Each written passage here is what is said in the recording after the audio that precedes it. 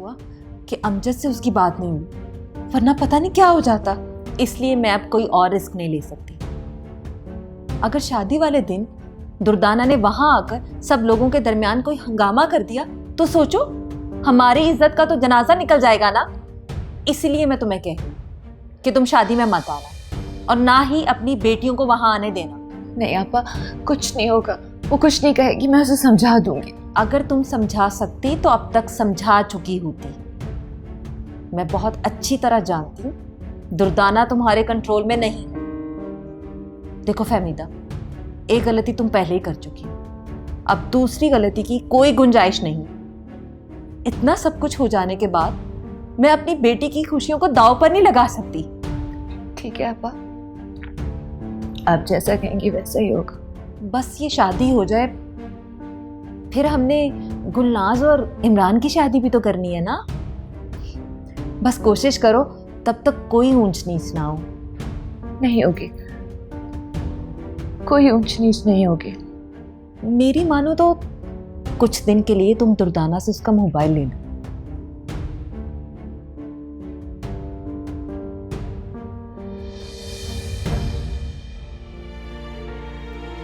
क्यों फोन कर रही हो तुम अमजद को? क्या रिश्ता तुम्हारा उससे? अब अजीब लड़की हो, जब वो तुमसे बात ही नहीं करना चाहता तो मैं तुम्हारी बात कैसे करवा दूं उससे? वो तो तुम्हारी आवाज तक नहीं सुनना चाहता।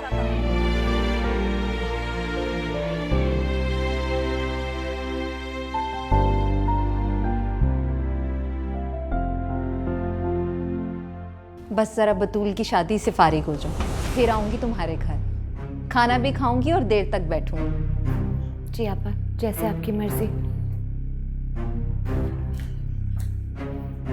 क्या समझते हैं आप? क्या आप अमजद और बतूल की शादी करवाने में कामयाब हो जाएंगी? कभी भी नहीं। ये खाला हाजरा के साथ मिलकर जो चाल आपने चली है ना, वो चाल कभी भी कामयाब नहीं हो सकती है। एक बार मेरी अमजद के साथ बात हो लेने दें, आपकी सब चालें यहीं पे धरी की धरी रह जाएंगी। और एक बात कान खोल के सुन ले, अमजद मेरे सिवा किसी और से कभी भी शादी नहीं करेगा, और आपकी बेटी बतूल से तो बिल्कुल भी नहीं। क्या बकवास कर रही हो दुर्दाना? जाओ अपने कमरे में, गुलनाज़ से अंदर ले जाओ। हाथ मत लगाना मुझे, मैं कहीं पे भी नहीं जाऊंगी। आप सब मिलके चाहे कितनी भी कोशिश कर ले, अब मैं खामोश नहीं रहूंगी। आप मुझसे मेरी खुशियां छीनकर अपनी बेटी को देना चाहती हैं। बहुत पछताना पड़ेगा आपको। रोएंगी आप। फहमीदा, तुम्हारी बेटी पागल तो नहीं होगी? क्या कह रही है ये? आप अब बच्ची ऑल फॉल बोले जा रही है, आप फिक्र मत करें, मैं इसे समझा लूंगी। चलो इमरान, आप मेरी बात तो सुने। मुझे समझाने की बजाय तुम अपनी इस पागल बेटी को समझाओ। पता नहीं दिमाग खराब हो गया है इसका, ऑल फुल बके जा रही है। चलो। दुर्दाना, क्या जरूरत थी? क्यों कहा तुमने ये सब कुछ? जब माँ अपनी बेटी के हक में आवाज उठाना छोड़ देगी ना अम्मी, तो फिर बेटी को खुद आवाज उठाना पड़ेगी अपने हक के लिए। अब मैं खामोश नहीं रहूंगी।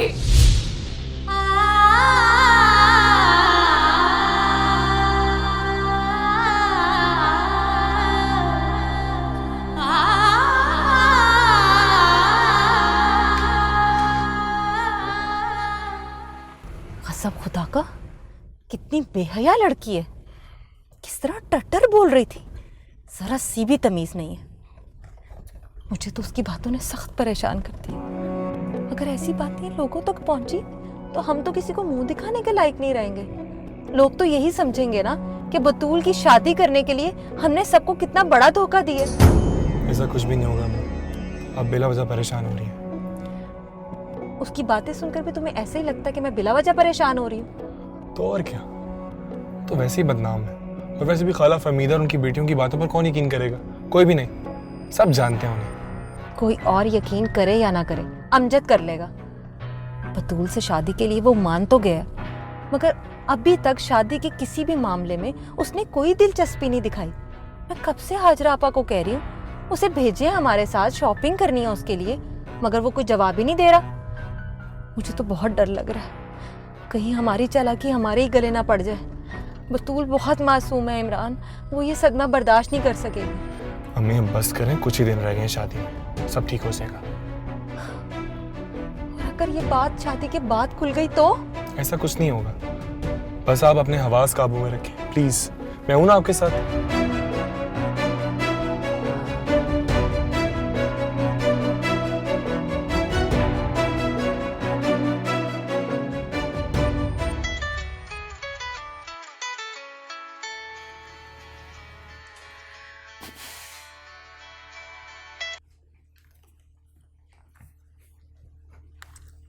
हेलो।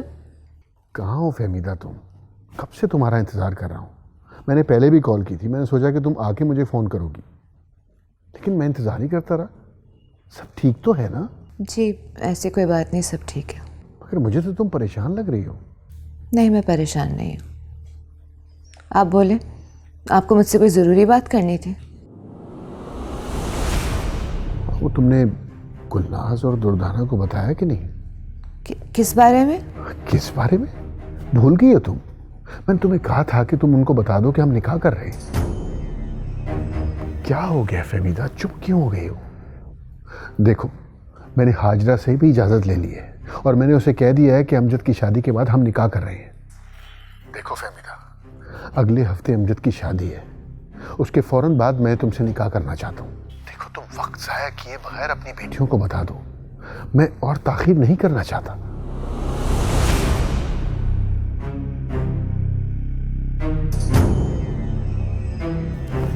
कुछ जवाब तो दो मुझे। मैंने आपसे कहा था मैं ऐसा नहीं कर सकती हूँ, आप मेरी मजबूरी समझ क्यों नहीं रहे? देखो फहमीदा, तुम्हारी मजबूरी समझी है, इसीलिए तुमसे निकाह करना चाहता हूँ। देखो, तुम्हारे सारे मसाइल का हल यही है, एक बार शादी हो गई तो सारे मसले हल हो जाएंगे। नहीं नजीब, देखिए मेरी बेटियां पहले ही बहुत परेशान हैं, मैं उनसे ये बात करके उनको मजीद परेशान नहीं कर सकती हूँ। आप मेरी मजबूरी को समझिए। तुम उनसे बात तो करो, वो बच्चियां नहीं है, समझ जाएंगी। देखो फहमीदा, मैं तुम्हें पहले ही बता चुका हूं कि अब भी अगर मेरा तुमसे निकाह नहीं हुआ तो लोगों के सामने मुझे शर्मिंदगी उठानी पड़ेगी। अच्छा, इस तरह फोन पे बात करने का कोई फायदा नहीं है। मैं रात को आता हूँ शोरूम के बाद, आमने सामने बैठकर बात करेंगे। नहीं, आप मुझे थोड़ा सा टाइम दे, मैं आपको सोच के बताती हूँ। ठीक है, अमजद की शादी तक का वक्त है तुम्हारे पास, तुम अच्छी तरह सोच लो, लेकिन याद रखना मैं इनकार नहीं सुनूंगा।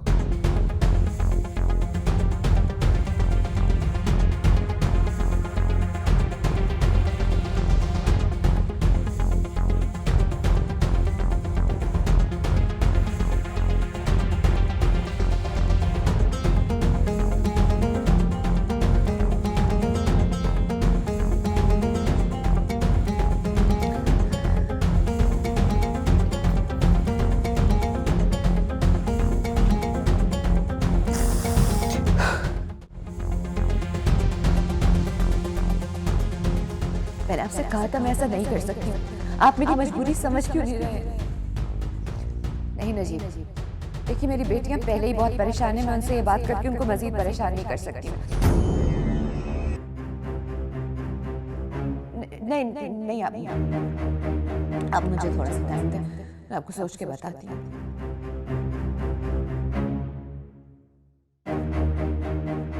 अगर फहमीदा ने मुझसे निकाह ना किया तो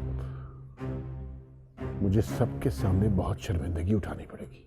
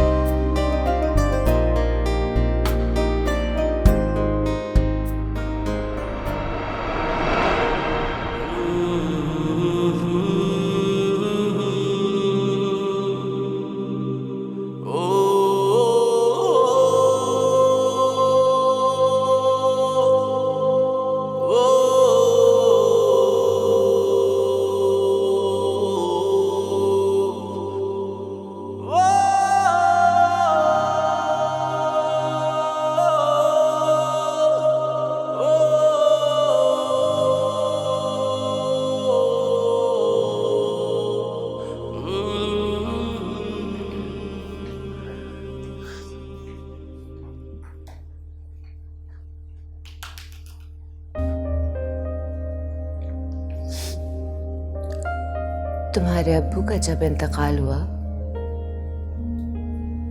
तो तुम दोनों बहुत छोटी थी। उससे पहले मैंने कभी कोई दुख, कोई गम देखा ही नहीं था। मैं अपने माँ बाप की इकलौती औलाद थी, इसलिए उन्होंने मेरी हर ख्वाहिश, हर फरमाइश हमेशा पूरी की। बड़े नाजों से पाला था। उनके होते हुए किसी और चीज की जरूरत नहीं पड़ती थी और पूरी दुनिया छोटी और बेमायनी लगती थी। फिर एक दिन अचानक वो दोनों चले गए।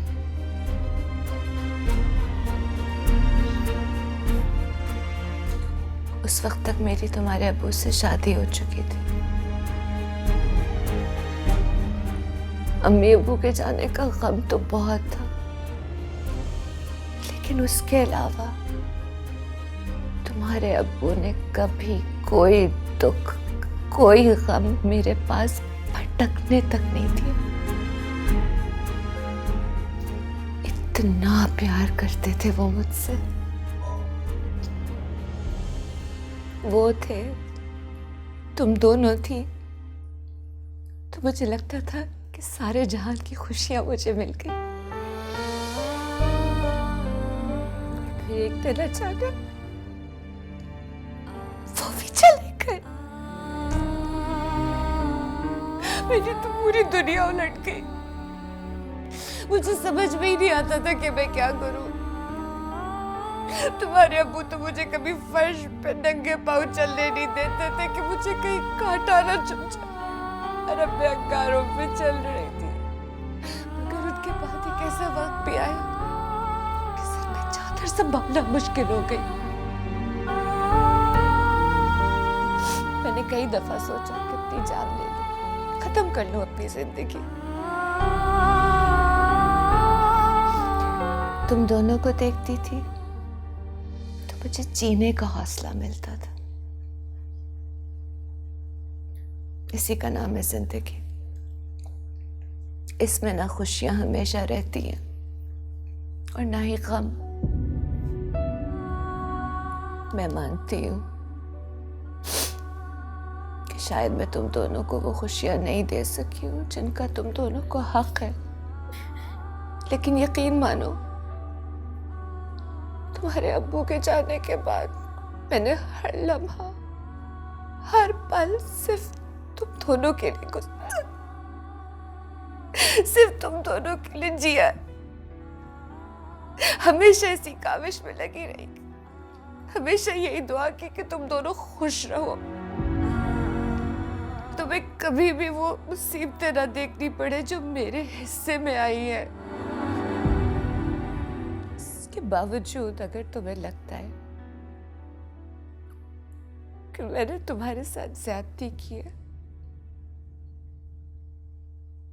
तो मैं तुमसे माफी मांगती हूँ मेरी जान।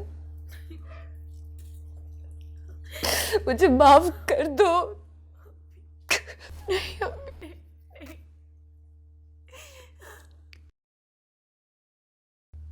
मुझे माफ कर दो, क्योंकि जिंदगी का कोई भरोसा नहीं है। देखो ना कैसे अचानक तुम्हारे अब्बू चले गए थे। मैं नहीं चाहती कि जब मैं जाऊं और मेरा उनसे सामना हो तो मुझे शर्मिंदा होना पड़े, क्योंकि वो गिला करेंगे कि मैंने उनकी बेटियों को खुश नहीं रखा, उनका ख्याल नहीं रखा। मुझे बचा लो शर्मिंदगी से, मुझे माफ कर दो। मैं तुम्हारे अब्बू के सामने शर्मिंदा नहीं होना चाहती।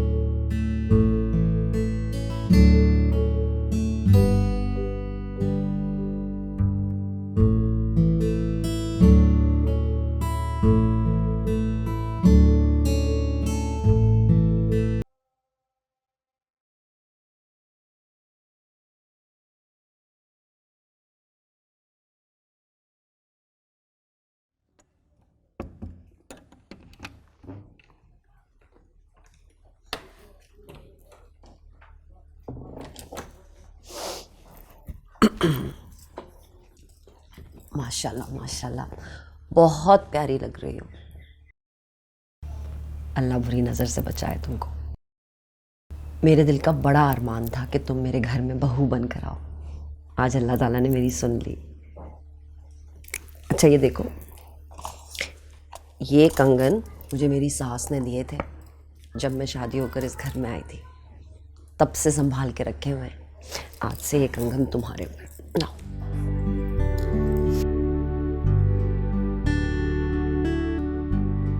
कंगन ही नहीं, ये सारा घर भी अब तुम्हारा है। सब कुछ तुमने संभालना है बतूल। अच्छा चलो तुम बैठो, मैं देखूं तुम्हारा दुल्हा कहाँ रह गया। अमजद को भेजती हूँ तुम्हारे पास।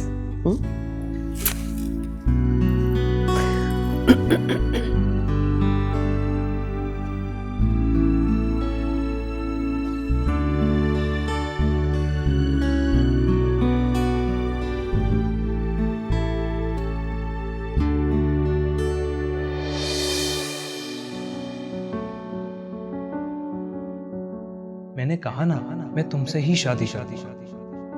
मेरी बात पे यकीन रखो, मैं तुमसे ही शादी करूंगा दोबारा। एक तुम पर ही तो यकीन है मुझे। तुम भले मेरा साथ छोड़ भी दो अमजद, मगर मैं कभी तुम्हारा साथ नहीं छोड़ूंगी। मैं मरकर ही तुम्हारा साथ छोड़ सकता हूँ। अमजद,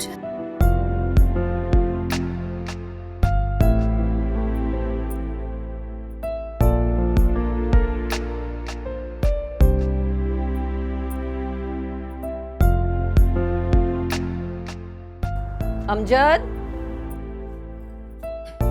अमजद बेटा, तुम यहाँ पे हो? मैं सारे घर में तुम्हें ढूंढ रही थी। चलो आओ। अम्मी आप जाएं, मैं आता हूँ। अरे मैं कहीं नहीं जा रही, तुम्हें साथ लेके जाऊंगी। चलो। अम्मी मैंने कहा ना आप जाएं, मैं कुछ देर यहाँ अकेले गुजारना चाहता हूँ। क्या हो गया अमजद बेटा तुम्हें? वहाँ वो बेचारी दुल्हन बनी बैठी तुम्हारा इंतजार कर रही है और तुम यहाँ अकेले वक्त गुजारना चाहते हो? अम्मी आपकी ख्वाहिश पूरी हो गई ना। जैसा आप चाहती थी वैसा मैंने कर दिया है। आपकी भतीजी आपकी बहू बनकर आ गई है। अब खुदा के लिए मुझे मेरे हाल पे छोड़ दें। कुछ देर मुझे मेरी मर्जी से जीने दें। आहिस्ता बोलो, अगर किसी ने ये बात सुन ली ना तो कयामत आ जाएगी। कोई कयामत नहीं आएगी, किसी को कोई फर्क नहीं पड़ेगा। जिंदगी तो मेरी तबाह हुई है, किसी का क्या जाता है। लोग तो 2 मिनट बातें करके भूल जाएंगे, लेकिन जिंदगी मेरी बर्बाद हुई है। अब ये दुख सारी जिंदगी मुझे झेलना है। तो तुम्हें क्या हो गया? क्यों लड़कियों की तरह आंसू बहा रहे हो? कोई जिंदगी बर्बाद नहीं हुई तुम्हारी। इतनी हसीन दुल्हन लेकर आई हूँ तुम्हारे लिए मैं, और वो जिसके लिए तुम आंसू बहा रहे हो ना, तो इसकी जूती के बराबर भी नहीं है। मैं कुछ नहीं जानता, मैं कुछ नहीं जानता कि वो कैसी थी, ये कैसी है। बस इतना जानता हूँ, मैं किसी और का घूंघट उठाना चाहता था। कोई और लड़की थी मेरी जिंदगी में जिसके साथ मैंने जीने मरने की कस्में खाई थी अम्मी। लेकिन मेरे सारे ख्वाब, सारी ख्वाहिशात बिखर गई हैं। कुछ देर, बस कुछ देर तो मुझे उनका मातम कर लेने दें अम्मी, बस कुछ देर। देखो अमजद, ये वक्त ऐसी बातों का नहीं है। अब तुम्हारी शादी हो गई है, बतूल अब तुम्हारी बीवी है।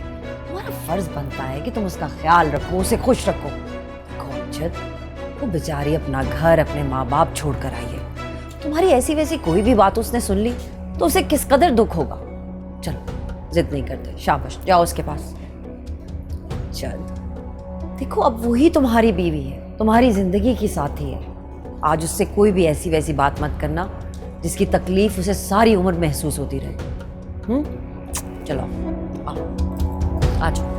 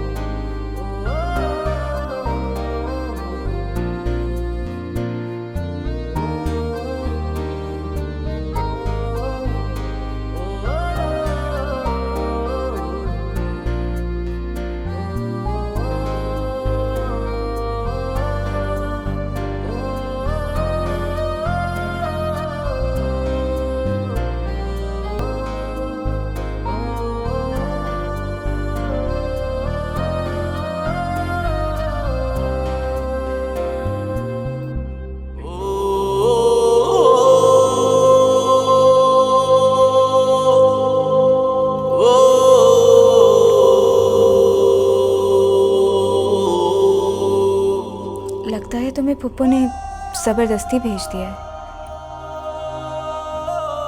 नहीं, ऐसी कोई बात नहीं है। अगर ऐसी बात नहीं है तो फिर तुम्हारे चेहरे पर 12 क्यों बजे हैं? बस ऐसे ही थकावट सी हो रही है। अरे तुम्हें किस बात की थकावट? थकावट तो मुझे होनी चाहिए। 3-4 घंटे लग गए पार्लर में और फिर कब से तैयार होकर इस तरह यहाँ बैठी हूँ। अगर मुझे दुल्हन बने हुए देखना है तो देख लो, वरना मैं चेंज करने लगी हूँ। कसम से बहुत उलझन हो रही है। तुम चेंज कर लो, मैं तुम्हें देख चुका हूँ। अमजद एक बार फिर से सोच लो, बार बार दुल्हन नहीं बनना मुझे। ये ना हो फिर सारी ज़िंदगी कहते रहो कि तुमने मुझे दुल्हन बने नहीं देखा।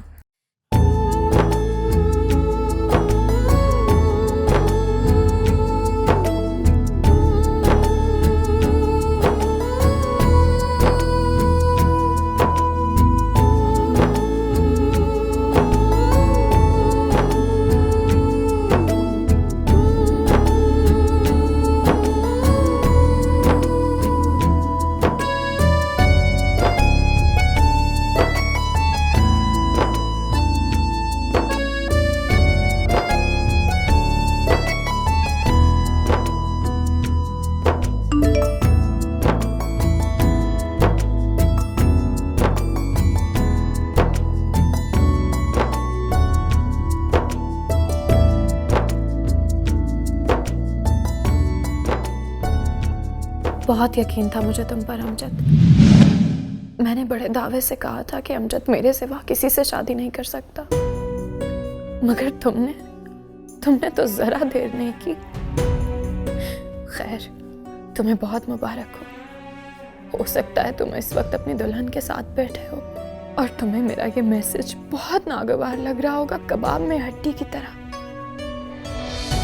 इसलिए मैं जल्दी जल्दी तुम्हें इस सवाल का जवाब देना चाहती हूँ जो उस दिन तुम अम्मी से बार बार कर रहे थे। तुम जानना चाहते थे ना कि अम्मी ने इनकार क्यों किया। मैं बताती हूँ तुम्हें। अम्मी के इनकार के पीछे खाला हाजरा और खाला रुकैया थी। उन्हीं के दबाव पर अम्मी ने इनकार किया था।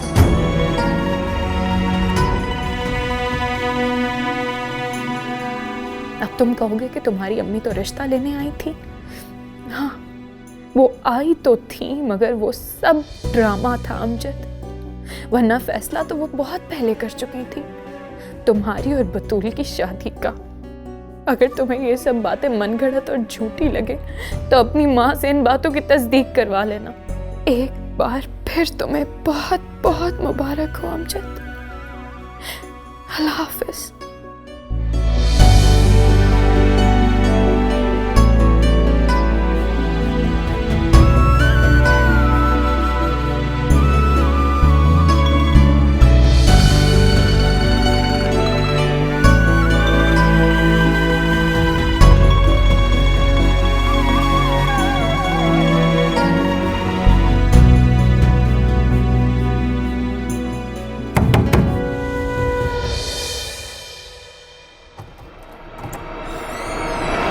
क्या हुआ अमजद, यहाँ पे क्या कर रहा है तू?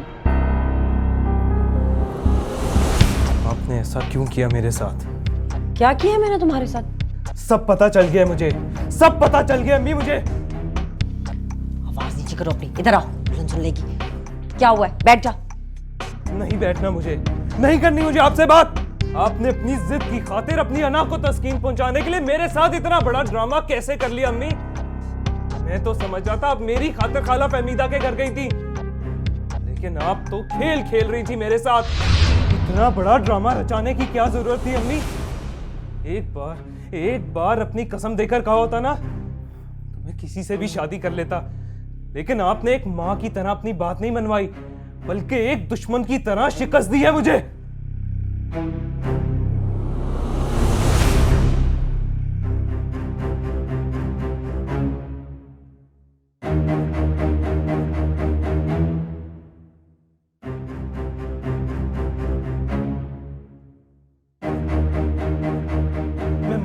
मैं मानता हूं मैं दुर्दाना से शादी करना चाहता था, मगर आपकी खुशी और मर्जी से आपने मेरी धोखे से शादी करवाई है। मैं शादी को तस्लीम नहीं करता, मैं शादी को तस्लीम नहीं कर सकता। जब क्या हो गया?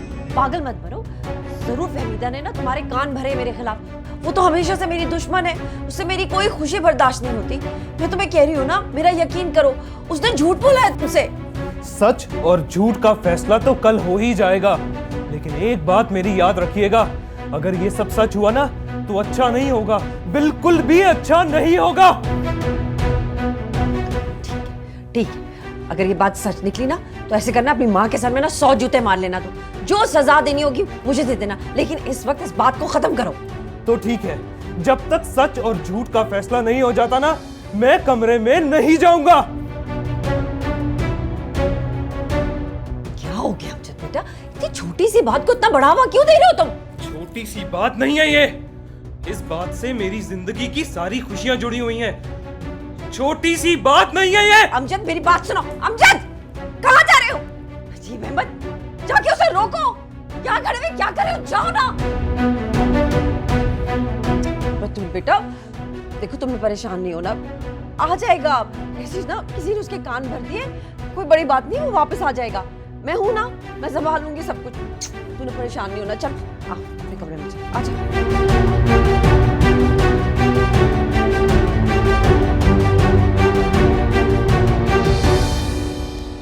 अमजद, कहाँ जा रहे हो तुम? पता नहीं।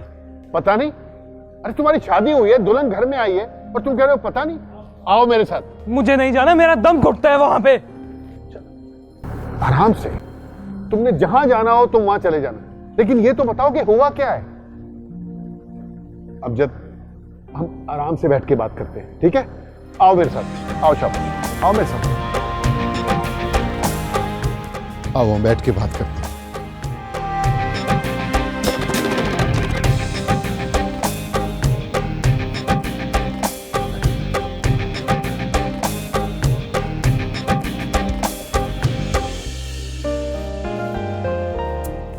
देखो अमजद, अगर तो ये सच है तो मैं मानता हूं कि तुम्हारे साथ ज्यादती हुई है, लेकिन अब तुम्हारी शादी हो गई है, अब कुछ नहीं हो सकता।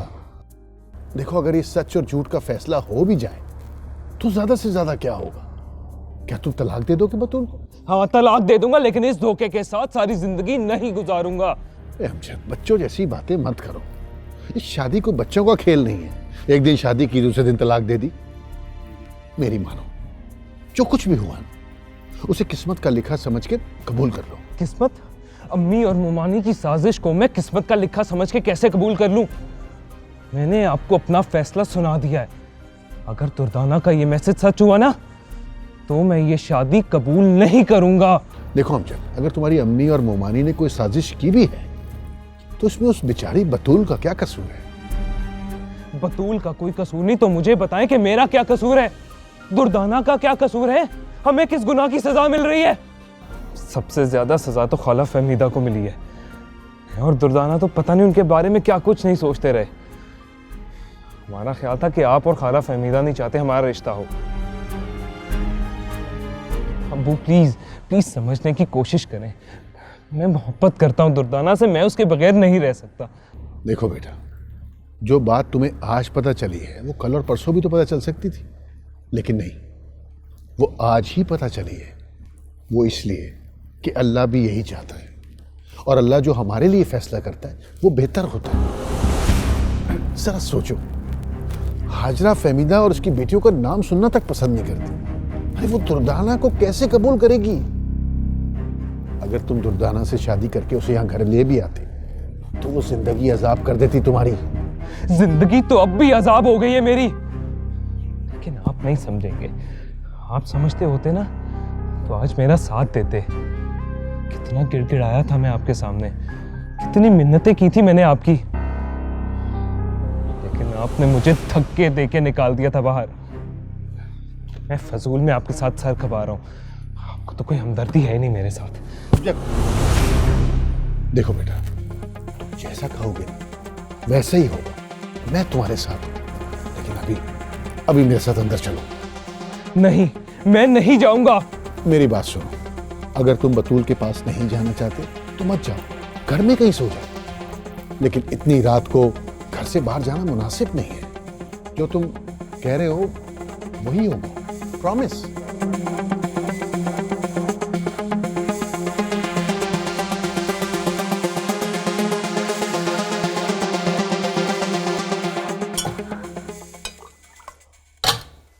पानी पियो।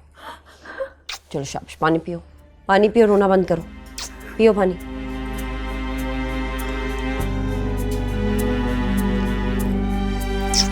थोड़ा सा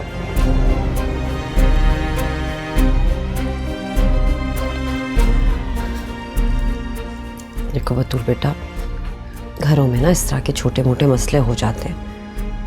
तुमने परेशान नहीं होना, मैं हूं ना, मैं सब कुछ संभाल लूंगी। तो सोच भी नहीं सकती थी कि फहमीदा इस तरह वार करेगी। मेरी अगर फहम गुमान में भी होता ना तो मैं इसका कोई ना कोई तोड़ निकाल लेती। खैर, उसने तो अपनी चाल चल ली, लेकिन तुम देखना मैं उसके साथ क्या करती हूँ। लेकिन तुमने हिम्मत नहीं हारनी। देखो अमजद अब तुम्हारा शौहर है, वो कहीं नहीं जाएगा, तुम्हारे पास ही वापस आएगा। तुमने परेशान नहीं होना। और सुनो, इस बात का किसी से जिक्र मत करना। चलो, तुम बहुत थक गई हो, अब परेशान नहीं होना, थोड़ी देर आराम करो, सो जाओ। अच्छा, मैं संभाल लूंगी सब। चलो मेरे बच्चा, शाबाश।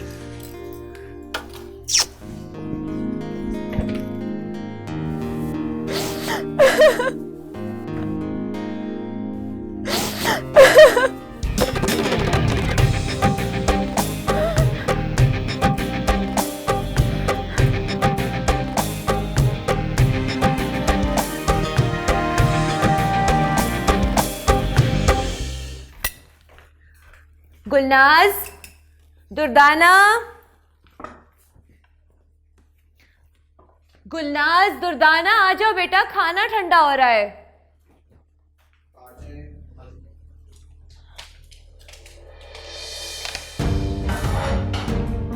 अरे वाह अम्मी, ये सब आपने हमारे लिए बनाया है? और किसके लिए? हमारे अलावा कौन रहता है यहाँ पे? बैठो। अरे मेरी पसंद के शामी कबाब भी बनाए हैं आपने। जी, और दुर्दाना की पसंदीदा दम वाली बिरयानी। ये सब आपने इतनी जल्दी कैसे बना लिया, वो भी इतने कम वक्त में? बेटा, मैं सोच रही थी कि सारी जिंदगी मैंने दूसरों के लिए खाना पकाया है, तो बस आज की दावत तुम दोनों के लिए मेरी तरफ से। आज तो मजा ही आ जाएगा अम्मी। तुम भी लो ना दुर्दाना।